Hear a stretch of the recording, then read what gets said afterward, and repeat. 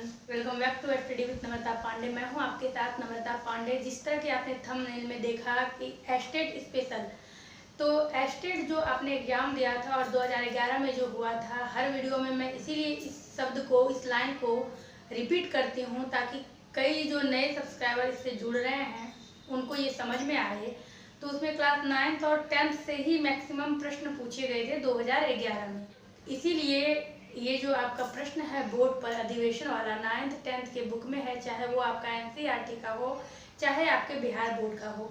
इसके साथ साथ सीटेट वाले भी इसको पढ़ सकते हैं, कहीं दिक्कत नहीं है। हालांकि सीटेट 8 के ऊपर कुछ नहीं पूछा जाता है, लेकिन आप अगर अन्य एग्जाम की तैयारी कर रहे हैं, किसी भी प्रतियोगी परीक्षा के लिए तैयारी कर रहे हैं, तो आपके लिए बिल्कुल महत्वपूर्ण है ये कांग्रेस का अधिवेशन। ये समझना बहुत जरूरी है।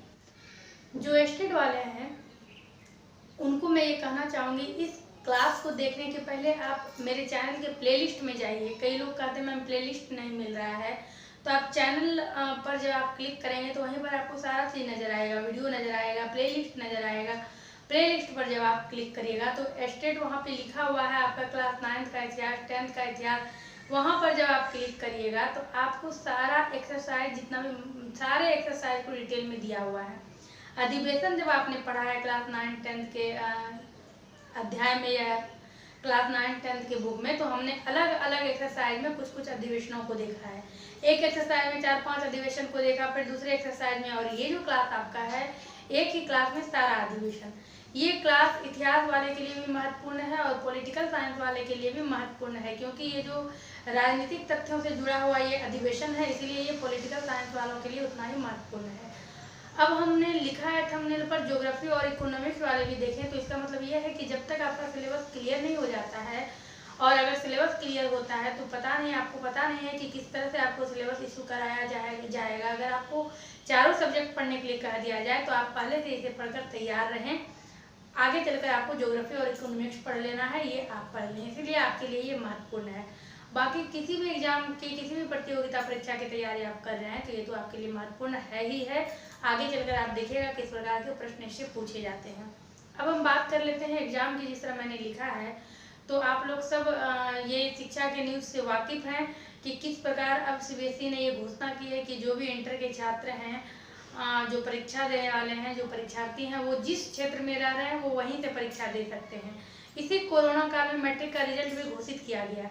हो सकता है कि आपके स्टेट के एग्जामिनेशन डेट भी घोषित कर दिए जाएं, इसीलिए आप लोग सतर्क रहिए। बीच में सुनने में आया है कि सीटेट एग्जामिनेशन का डेट बढ़ सकता है, लेकिन ये बस एक सिर्फ संभावना है, क्योंकि जिस तरह सभी एग्जाम लिए जा रहे हैं हो सकता है आपका कोई भी एग्जाम रुके नहीं, बदले में ये ना हो जाए कि स्टेट का अचानक से आपके सामने में डेट आ जाए, क्योंकि फॉर्म वगैरह सब कुछ फिलअप किया हुआ है इसीलिए, और ये एग्ज़ाम रद्द हुआ है, तो हो सकता है कि बहुत जल्द इस एग्ज़ाम की डेट की घोषणा कर दी जाए। इसीलिए आप लोग बिना कुछ सोचे समझे लगातार तैयारी में जुड़े रहिए। जो भी हमारे चैनल पर क्लास 9 10th का आपका हिस्ट्री, पॉलिटिकल, ज्योग्राफी, जो कुछ भी है, प्रैक्टिस सेट, अन्य अनिवार्य प्रश्न पत्र, सारी चीज़ों को आप एक एक करके देखना शुरू कर दीजिए। ये थे आपके महत्वपूर्ण जानकारी। अब हम बात करेंगे ये जो आपका है कांग्रेस अधिवेशन कब और कहाँ। कई लोग इस तरह के बोर्ड पर बताए गए क्लास का पीडीएफ मांगते हैं, जो कि संभव नहीं है। आप लोग चाहें तो इसको लिख सकते हैं। सबसे पहले समझेंगे ये कांग्रेस अधिवेशन क्या है।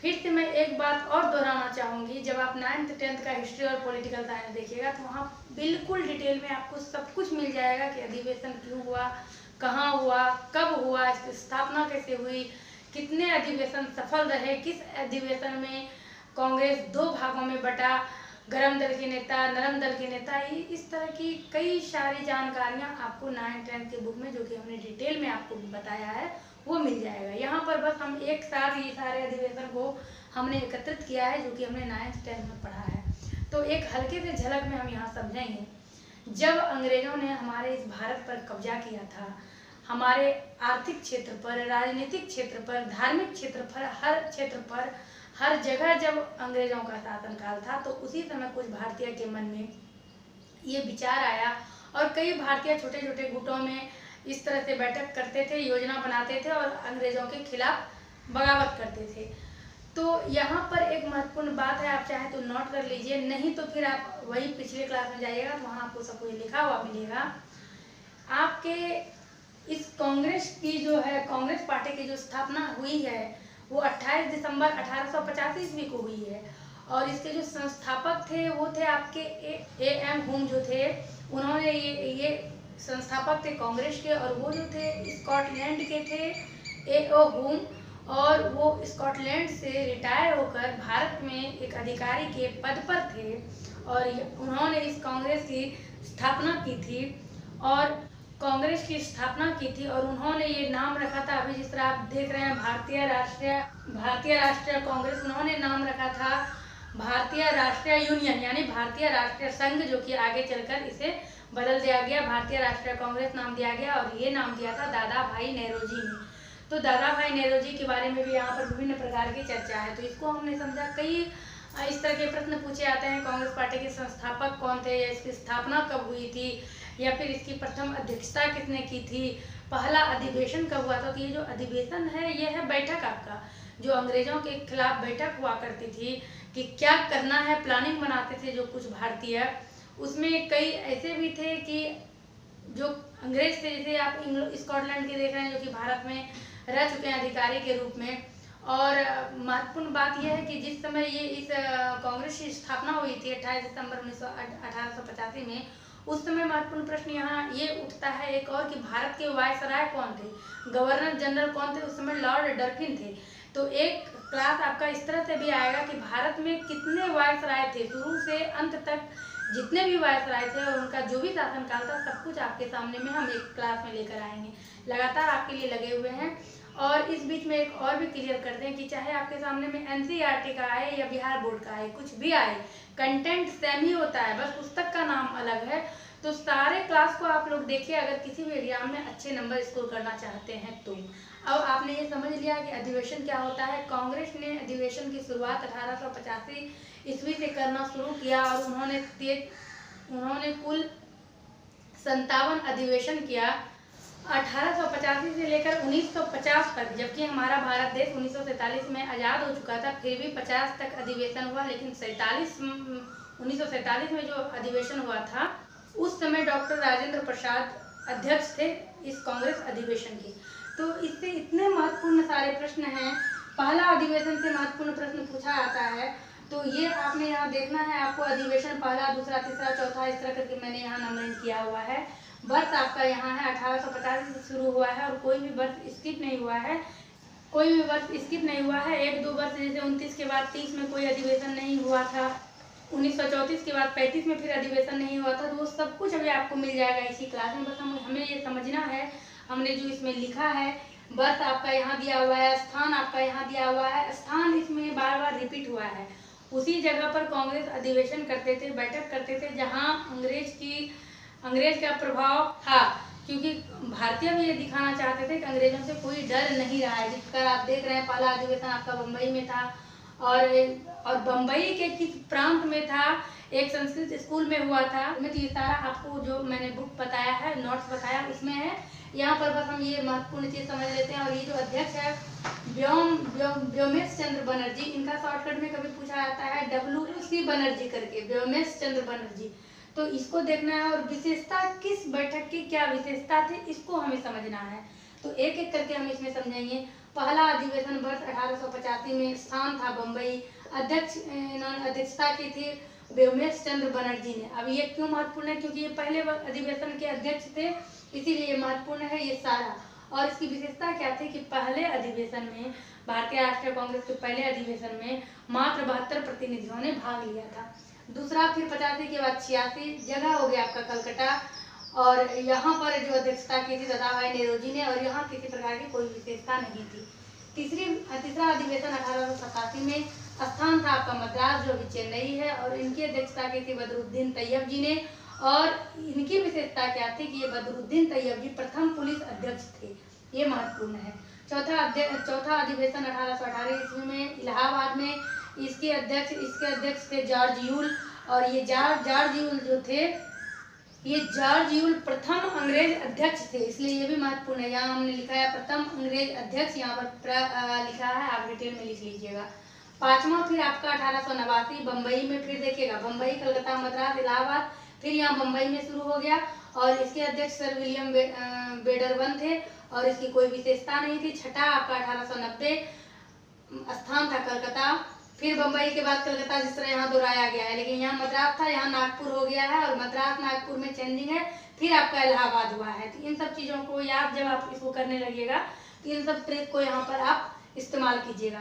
तो छठा अधिवेशन कलकत्ता। और सर फिरोज शाह मेहता ये थे अध्यक्ष जब छठा अधिवेशन हुआ था। तो इससे महत्वपूर्ण क्वेश्चन कैसे निकलेंगे, जैसे कि ये प्रथम अंग्रेज अध्यक्ष जॉर्ज यूल थे, तो इससे पूछा जा सकता है ये कमा कांग्रेस अधिवेशन के ये अध्यक्ष थे। इस तरह से जिस प्रकार ये प्रथम पुलिस अध्यक्ष थे बदरुद्दीन तैयब जी, इससे जुड़ा हुआ कोई प्रश्न पूछा जा सकता है। व्योमेश चंद्र बनर्जी, चूंकि ये पहला अधिवेशन था तो ये महत्वपूर्ण है आपके किसी भी एग्जाम के दृष्टिकोण से। फिर आपका सातवां आ जाता है 1891 में हुआ था नागपुर में, और ये पी आनंद चार्लू थे अध्यक्ष, यहाँ भी कोई विशेषता नहीं थी। आठवां फिर से आपका 1892 ईस्वी में, और आपका स्थान था इलाहाबाद और अध्यक्ष थे फिर से व्योमेश चंद्र बनर्जी। दोबारा हो सकता है इस तरह पूछे, दूसरी बार व्योमेश चंद्र बनर्जी भारतीय कांग्रेस अधिवेशन के अध्यक्ष कब बने थे, तो ये आपका हो गया 8वें अधिवेशन में 1892 ईस्वी में। यह जब दूसरी बार व्योमेश चंद्र बनर्जी अध्यक्ष बने थे भारतीय कांग्रेस अधिवेशन के, तो वो अधिवेशन कहाँ हुआ था, तो इलाहाबाद में। इसीलिए इस तरह से आप अगर एक बार इसको समझ लीजिएगा तो कहीं से भी प्रश्न पूछा जाए आप इसका जवाब दे दीजिएगा। यहाँ भी कोई विशेषता नहीं थी। 9वां आपका अधिवेशन 1893 ईस्वी में लाहौर में हुआ था और इसकी अध्यक्षता दादा भाई नेरोजी ने की थी। जिस तरह आप यहाँ देख रहे हैं व्योमेश चंद्र बनर्जी का दादा भाई नेरोजी, फिर से यहाँ शुरू होता है व्योमेश चंद्र बनर्जी फिर दादा भाई नेरोजी, यहाँ भी कोई विशेषता नहीं थी। 10वां अधिवेशन आपका 1894 ईस्वी में हुआ था, ये मद्रास में, और अल्फ्रेड वेब थे अध्यक्ष। तो यहाँ पर ध्यान देना है, अगर पूछ दिया जाए दादा भाई नेरोजी जो अध्यक्ष बने थे कमे अधिवेशन में। अब यहाँ देखेंगे आप दूसरा अधिवेशन 1886 में, और यहाँ 10वां अधिवेशन, यहाँ पर आपका 9वां अधिवेशन 1893 में। ऑप्शन में आपको दे दिया जाएगा एक बार ये आपका 1886, दूसरी नंबर पर 1893 और तीसरी नंबर पर आपको दे दिया जाएगा ए और बी दोनों। तो जो इस डिटेल में पढ़ के जाएगा वो सही टिक करके आएगा। पढ़ना आपको सेम ही होता है, चाहे आप जीके पढ़ो कुछ भी पढ़ो, लेकिन आपको बस पढ़ना सेम ही है, कंटेंट सेम ही होता है, उसी से निकालकर आपका जीके तैयार होता है। तो इस तरह आपको ये समझना है। फिर 11वां आपका अधिवेशन 1895 में हुआ था, ये स्थान था पूना और इसके अध्यक्ष थे सुरेंद्र नाथ बनर्जी। 11वें अधिवेशन के बाद अब हम लोग यहाँ आएंगे 12वें अधिवेशन पर। 12वां अधिवेशन हुआ था आपका वर्ष 1896 में, स्थान था कलकत्ता, अध्यक्ष थे रहीमतुल्ला शयानी। और ये महत्वपूर्ण इसलिए है, इसकी विशेषता यह है कि पहली बार इस अधिवेशन में 12वां अधिवेशन में पहली बार वंदे मातरम शब्द का प्रयोग किया गया था, यानी वंदे मातरम गाया गया था, वंदे मातरम गाया गया था। तो इससे कई प्रकार के आपके प्रश्न निकलेंगे। कांग्रेस के किस अधिवेशन में पहली बार वंदे मातरम गाया गया था? 12वां अधिवेशन। कांग्रेस के जिस अधिवेशन में वंदे मातरम गाया गया था उस अधिवेशन के अध्यक्ष कौन थे? रहीमतुल्ला शयानी। कांग्रेस के जिस अधिवेशन में वंदे मातरम का गीत गाया गया था वो अधिवेशन कहाँ हुआ था? ये कलकत्ता में। इस तरह से आपको माइंड में हर तरह के हर एंगल से आपको सारे क्वेश्चंस को सेट करना है। 13वां अधिवेशन आपका 1897 में अमरावती में और इसके अध्यक्ष थे श्री शंकरन नायर।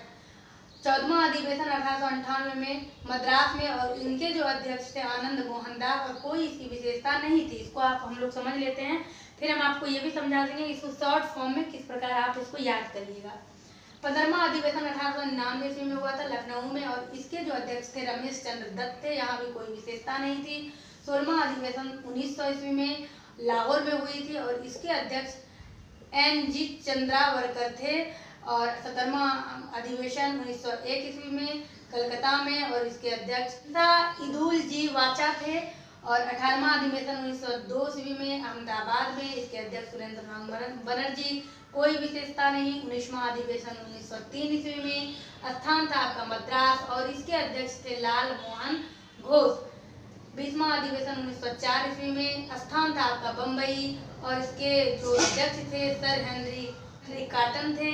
21वां अधिवेशन 1905 में, अभी तक कोई भी ईयर आपका स्किप नहीं हुआ है, स्थान था बनारस और अध्यक्ष गोपाल कृष्ण गोखले थे। 22वां अधिवेशन 1906, जगह कलकत्ता, अध्यक्ष दादा भाई नेरोजी। आप देख रहे हैं यहाँ दादा भाई नेरोजी तीसरी बार अधिवेशन की कांग्रेस अधिवेशन की अध्यक्षता कर रहे हैं और ये 22वां अधिवेशन भी अति महत्वपूर्ण है। और इस दृष्टिकोण से कि इस अधिवेशन में 22वें अधिवेशन जो कि यहाँ पर थोड़ा कौवा कुछ ज़्यादा ही बोल रहा है, इसको इग्नोर करिएगा।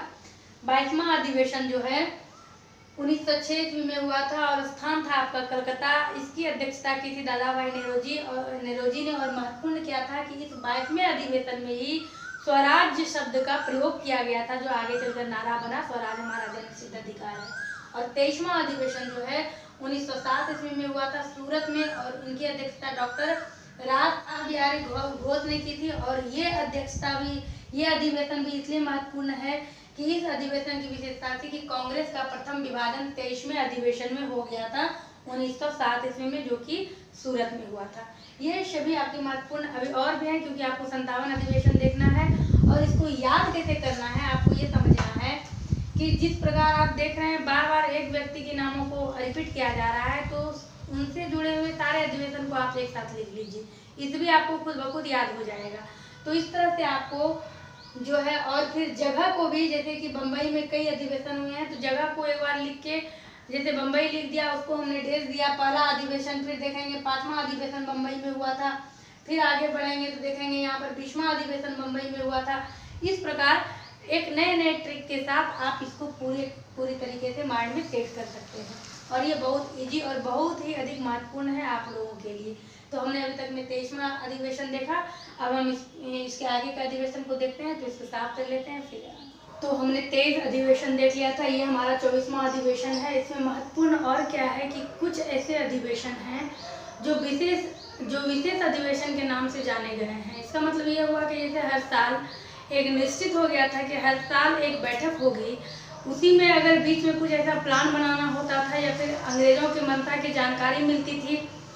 ये जो कांग्रेस की स्थापना हुई थी इसीलिए, चूँकि छोटे छोटे गुटों में अधिवेशन होके बैठक होके एक निर्णय लेकर फिर कांग्रेस अंग्रेजों के खिलाफ कोई कार्रवाई की जाती थी, इसीलिए एक विशेष रूप से ये जो AM होम थे उन्होंने सोचा कि बड़े पार्टी की स्थापना कर देते हैं, लेकिन आगे चलकर ये पार्टी इतनी विशाल हो जाएगी ये किसी ने सोचा नहीं था। 23 अधिवेशन तक हमने देखा। 24वां जो है ये 1908 ईस्वी में हुआ था मद्रास में। इसके अध्यक्ष डॉक्टर रास बिहारी घोष थे और इसकी विशेषता क्या थी, विशेषता वाले पॉइंट को बिल्कुल आपको गंभीरता से पकड़ना है। इसकी विशेषता थी कि कांग्रेस संविधान का निर्माण इसी अधिवेशन में हुआ था। 24वां अधिवेशन जो कि 1908 ईस्वी में हुआ था और मद्रास में हुआ था और इसके अध्यक्ष डॉक्टर रास बिहारी घोष थे। 25वां अधिवेशन जो आपका है ये 1919 में हुआ था लाहौर में और इसके अध्यक्ष जो थे पंडित मदन मोहन मालवीय थे। इसकी विशेषता कुछ नहीं थी। 26वां अधिवेशन 1910, अभी तक कोई भी ईयर आपका 1885 से कोई भी स्किप नहीं हुआ है। 26वां 1910 इलाहाबाद में हुआ था और विलियम वेडरबर्न थे अध्यक्ष, इसकी कोई विशेषता नहीं थी। 27वां अधिवेशन 1911 ईस्वी में कलकत्ता में और इसके अध्यक्ष थे पंडित विशन नारायण धर और इसकी विशेषता क्या थी, फिर यहाँ पर आपको ये 27वां अधिवेशन जो 1911 ईस्वी में कलकत्ता में हुई थी और इसकी अध्यक्षता पंडित विशन नारायण धर ने की थी। इसकी विशेषता है कि इसी अधिवेशन में यानी 27वां अधिवेशन में जन गण मन गाया गया था पहली बार, तो ये महत्वपूर्ण है, इसको आपको माइंड में रखना है। 28वां अधिवेशन, जितना आप टोटल 57 अधिवेशन पढ़ रहे हैं इसी में से आपको खुद निकालना है कि कौन सा अधिवेशन महत्वपूर्ण है, ये आपको खुद निकालना है। अब हम लोग देखेंगे 28वां अधिवेशन, ये 1912 ईस्वी में बांकीपुर में हुआ था और RN माधोलकर इसके अध्यक्ष थे और कोई विशेषता नहीं थी। 29वां अधिवेशन 1913 ईस्वी में कराची में और इसके जो अध्यक्ष थे नवाब सैयद मोहम्मद बहादुर, इसकी भी कोई विशेषता नहीं थी। 30वां अधिवेशन 1914 ईस्वी में मद्रास में और इसके अध्यक्ष थे भूपेंद्र नाथ बसु। 31वां अधिवेशन 1915 ईस्वी में बम्बई में, इसके अध्यक्ष थे सर सत्येंद्र प्रसन्न सिन्हा और इसकी विशेषता क्या थी कि ये जो लॉर्ड वेलिंगटन थे इन्होंने भाग लिया था, जो कि अंग्रेज थे इन्होंने भाग लिया था। इससे इस प्रकार के प्रश्न निकल सकते हैं, लॉर्ड वेलिंगटन ने किस अधिवेशन में, कांग्रेस के किस अधिवेशन में भाग लिया था। ये आपका 31वां अधिवेशन जो कि 1915 ईस्वी में बम्बई में हुआ था और या फिर लॉर्ड वेलिंगटन ने जिस भारतीय कांग्रेस अधिवेशन में भाग लिया था उस समय उसके अध्यक्ष कौन थे, तो ये थे आपके सर सत्येंद्र प्रसन्न सिन्हा। तो ये आपको माइंड में रखना है। फिर 32वां अधिवेशन 1916 ईस्वी में लखनऊ में, और इसके अध्यक्ष थे अंबिका चरण मजूमदार। और यहाँ जो है इसकी विशेषता है मुस्लिम लीग से समझौता हुई थी। अब मुस्लिम लीग क्या है, मुस्लिम लीग की स्थापना किसने की है, ये सारा डिटेल आपको फिर प्लेलिस्ट में जाइएगा 9th 10th की बुक में नोट्स के साथ पूरा लिखा हुआ, बिल्कुल साफ सुथरे नोट्स में आपको वहाँ पर मिल जाएगा। 33वां अधिवेशन 1917 ईस्वी में हुआ था, कलकत्ता में हुआ था, और श्रीमती एनी बेसेंट अध्यक्ष थी इस 33वां अधिवेशन की। इसीलिए ये महत्वपूर्ण है कि ये प्रथम महिला अध्यक्ष थी श्रीमती एनी बेसेंट, और इनका भी डिटेल आपको वहाँ मिल जाएगा। अब 33वां से 34वां अधिवेशन के बीच एक विशेष अधिवेशन हुआ था, 1918 ईस्वी में ही हुआ था। 34वां अधिवेशन के पहले विशेष अधिवेशन, इसके अध्यक्ष हसन इमाम थे, और इसका कोई खास बात नहीं निकल के आया, बस इसको याद रखना है कि 33वां 34वां अधिवेशन के बीच में जो विशेष अधिवेशन हुआ था उसके अध्यक्ष कौन थे, तो ये आपको याद रखना है, ये थे हसन इमाम। और 34वां अधिवेशन 1918 ईस्वी में दिल्ली में हुआ था, और इसके अध्यक्ष पंडित मदन मोहन मालवीय थे। इसकी कोई विशेषता नहीं थी। अब हम लोग देखेंगे 35वां अधिवेशन जो कि 1919 ईस्वी में अमृतसर में हुआ था। इसके भी अध्यक्ष थे पंडित मोतीलाल नेहरू। यहाँ से मोतीलाल नेहरू की कहानी शुरू होती है, जिसको आप याद रखिएगा। 1919 में जो आपका 35वां अधिवेशन था, और इसकी भी कोई विशेषता नहीं थी। लेकिन 36वां अधिवेशन 1920 ईस्वी में हुआ था, नागपुर में हुआ था, और इसके अध्यक्ष CV राघवाचार्य थे। लेकिन इसकी विशेषता क्या थी, यहाँ आपने देखा 24वां अधिवेशन जो हुआ था, इसमें कांग्रेस संविधान का निर्माण हुआ था। लेकिन जब 36वां अधिवेशन हुआ तो इसमें कांग्रेस संविधान में परिवर्तन हुआ, कुछ परिवर्तन हुआ। क्या परिवर्तन हुआ ये आगे चलकर आप कहीं ना कहीं समझ ही लीजिएगा।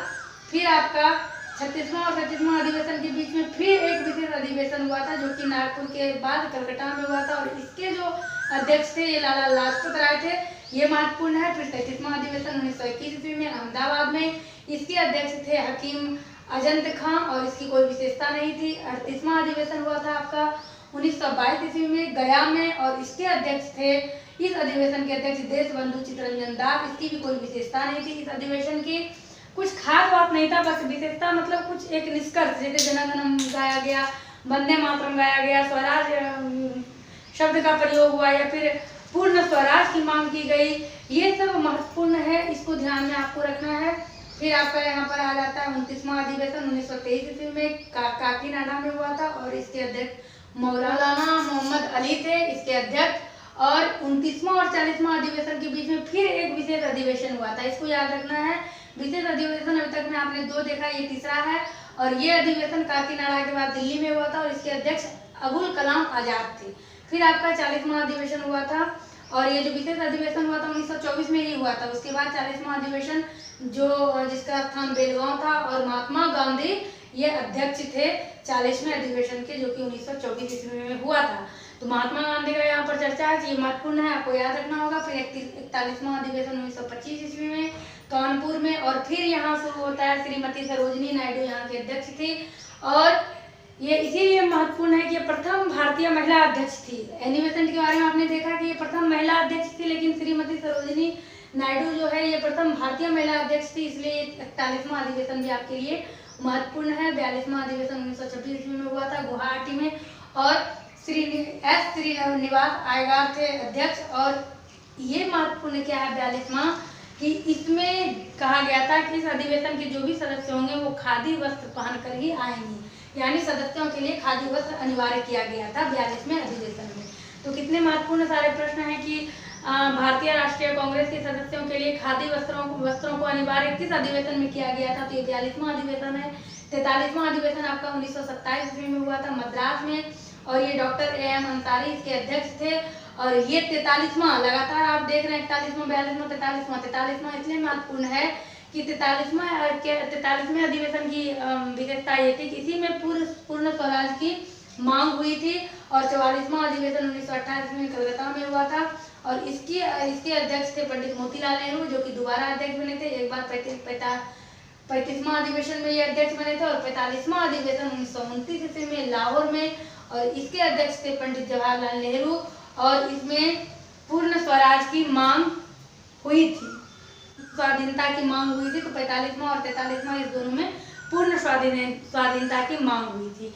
ये क्लास आपके लिए थोड़ा बड़ा हो रहा है, लेकिन ये इतना महत्वपूर्ण है कि इस क्लास को अटेंड करने का दोबारा आपको अधिवेशन के चक्कर में कोई और क्लास पढ़ने की आवश्यकता नहीं है। तो हमने टोटल 45 अधिवेशन देख लिया और हमें बस 12 अधिवेशन देखना है 5 मिनट में, उसके बाद ये क्लास आपका कंप्लीट हो जाता है। तो इसको क्लीन करके हम अब 46वें अधिवेशन से देखते हैं।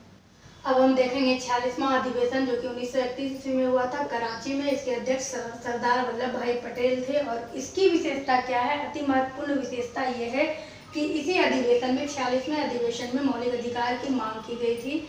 47वां अधिवेशन 1932 ईस्वी में दिल्ली में हुआ था और इसके अध्यक्ष अमृत रणछोड़ दास सेठ थे। इसकी कोई विशेषता नहीं थी। 48वां अधिवेशन 1933 ईस्वी में कलकत्ता में हुआ था और श्रीमती नलिनी सेनगुप्ता अध्यक्ष थी। कहीं कहीं इनको श्रीमती नलिनी सेनगुप्ता करके भी पूछा जाता है, आपकी बुक में भी नलिनी ही दिया हुआ है और कोई विशेषता नहीं थी। 49वां अधिवेशन जो आपका हुआ है ये 1934 ईस्वी में बम्बई में और डॉक्टर राजेंद्र प्रसाद इसके अध्यक्ष थे। ये महत्वपूर्ण इसीलिए है कि 1947 ईस्वी में जब हमारा भारत देश आज़ाद हुआ था और उस समय एक विशेष अधिवेशन हुआ था, तो उस समय भी ये डॉक्टर राजेंद्र प्रसाद अध्यक्ष बने थे।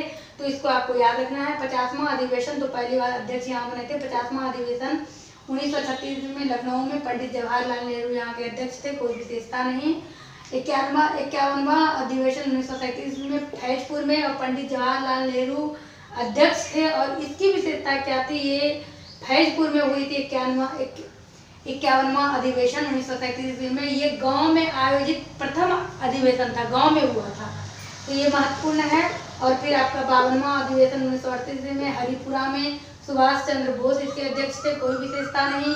53वां अधिवेशन 1939 में त्रिपुरी में सुभाष चंद्र बोस इसके भी अध्यक्ष थे, कोई विशेषता नहीं। लेकिन 52वां और 53वां अधिवेशन आपका इसीलिए महत्वपूर्ण हो जाता है, दोनों अधिवेशन के अध्यक्ष सुभाष चंद्र बोस थे।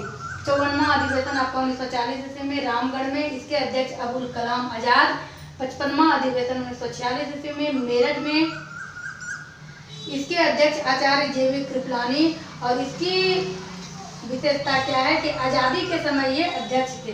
जो 1946 उस समय आज़ादी की लहर दौड़ चुकी थी, तो उस समय जो अध्यक्ष थे आपके आचार्य जेवी कृपलानी जी, ये है महत्वपूर्ण आपका। और 56वां अधिवेशन 1948 ईस्वी में जयपुर में हुआ था। बी पट्टाभी सीतारमैया अध्यक्ष थे, कोई विशेषता नहीं। और 57वां और आखिरी अधिवेशन 1950 ईस्वी में नासिक में और इसके अध्यक्ष थे पुरुषोत्तम दास टंडन, कोई विशेषता नहीं। यहाँ से आप देखेंगे 40 के बाद हो सकता है आपसे पूछे 54वां अधिवेशन 1940 में हुआ था। 55वां अधिवेशन कब हुआ था, आपके माइंड में सेट है। हम लगातार अधिवेशन को पढ़ते आ रहे हैं, तो आप 41 दे दीजिएगा। लेकिन 40 के बाद 1940 के बाद 1946 में हुआ था अधिवेशन, फिर आपका 1948 में हुआ था, फिर 1950 में हुआ था। 1947 में जो अधिवेशन हुआ था उस समय वो अधिवेशन दिल्ली में हुआ था और वो एक विशेष अधिवेशन था जिसके अध्यक्ष डॉक्टर राजेंद्र प्रसाद थे। ये आपके अधिवेशन से जुड़ा हुआ बिल्कुल महत्वपूर्ण टॉपिक, इससे कोई भी अधिवेशन स्किप नहीं हुआ है। किसी भी एग्जाम में अगर पूछा जाएगा तो आपने देखा इतने देर की क्लास में कितने तरह के प्रश्न निकल कर सामने आए, तो ये अति महत्वपूर्ण क्लास है आप लोगों के लिए। इसको ध्यान से देखिए, समझिए, हो सके तो नोट डाउन करिए और किसी भी क्लास को देख लीजिएगा तो और भी आपका सारा डिटेल जो है, ये तो एक लिस्ट था सीरीज वाइज जो हमने लिखा आपके सामने में, ताकि आपको एक जगह संग्रहित मिल जाए। बाकी इस पर डिटेल में जो हमने समझाया है वो हमारे क्लास में है 9th 10th की क्लास में, तो वहाँ आप जाकर जरूर एक बार चेक करिएगा और स्टेट की तैयारी शुरू कर दीजिए, आपके लिए बेहतर होगा। तो मिलते हैं हम आपसे अपने अगले क्लास में एक नए टॉपिक को लेकर। वीडियो को लाइक करिएगा, कमेंट कर अपनी प्रतिक्रिया दीजिएगा और नए हैं तो चैनल सब्सक्राइब करके प्लेलिस्ट में जाइएगा, वहाँ हर तरह की वीडियो आपको मिल जाएंगे। मिलते हैं आपसे अपने अगली क्लास।